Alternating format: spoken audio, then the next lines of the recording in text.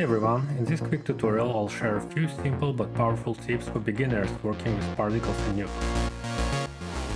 Whenever you're starting out or looking to get more control, these tips will help you build more effective setups.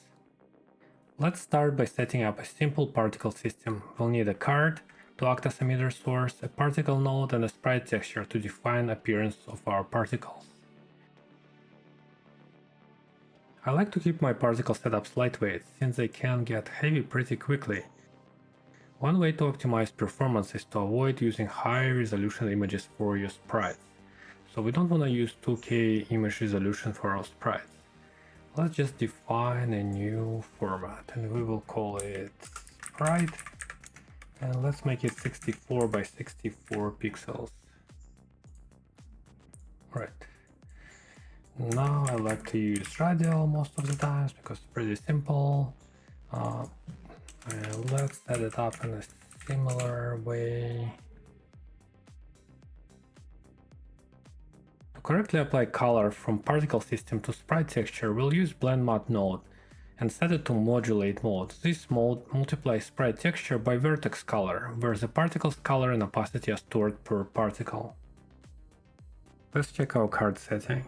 I know we're not gonna be rendering it, but I like to reduce the amount of polygons and uncheck some of the parameters like cast shadows and receive shadows. Also, let's orient it in a correct way. Notice aspect ratio of our card. It's not completely square. It's because it's trying to keep root format aspect ratio. To change this, let's now check image aspect.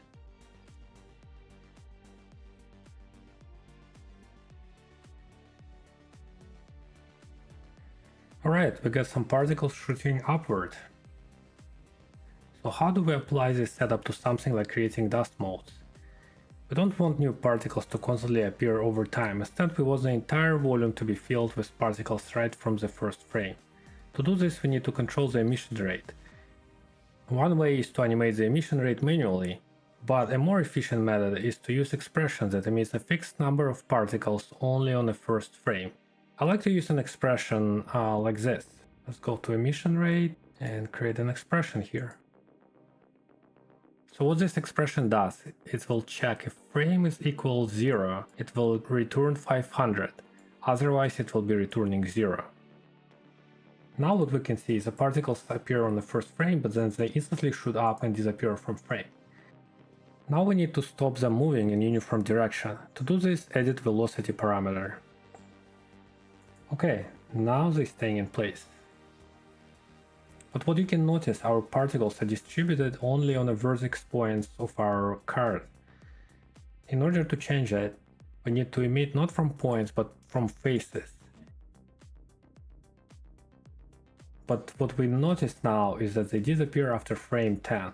And this is happening because the life of our particles is very short. And we need to increase that lifetime here. So let's make it 100 here, so particle lives enough to live through the whole frame range. So you see now they're staying in place and not disappearing.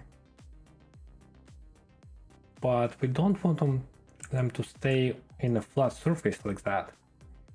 What we want is we want to fill the whole volume here with particles.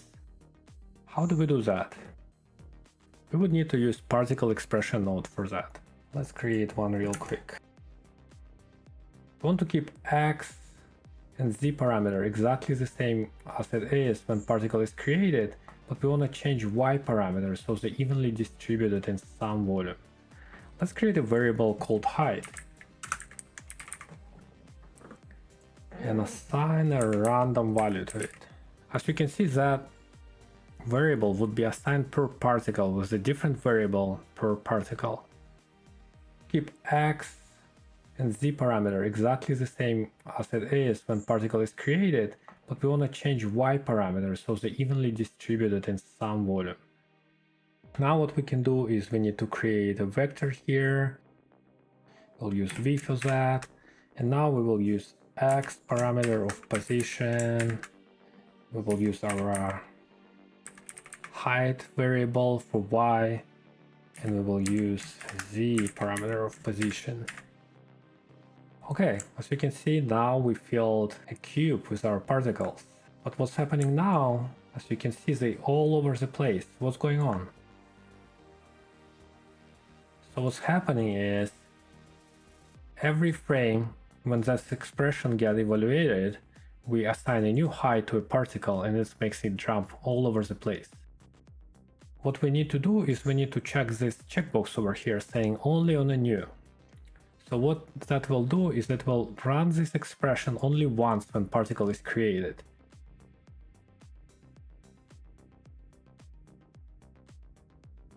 So the last thing left to do is to create some particle turbulence.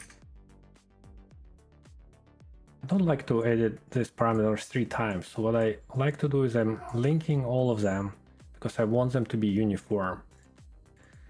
So let's make this some value in here. It probably needs to be even smaller. You can see now it's flying. Because the scale of my scene is very small, I need to increase the scale of the turbulence. These probably have to be even smaller. Basically, these parameters depend on a parameter of your scene. And for something like dust motes, you probably need to keep it very small. So now, as you can see, we're filling up the volume and our particles move uniformly. That's it for this quick tutorial. If you're interested in more tips and tutorials like this, make sure you follow and subscribe to my Patreon channel. Thank you for watching and I'll see you next time.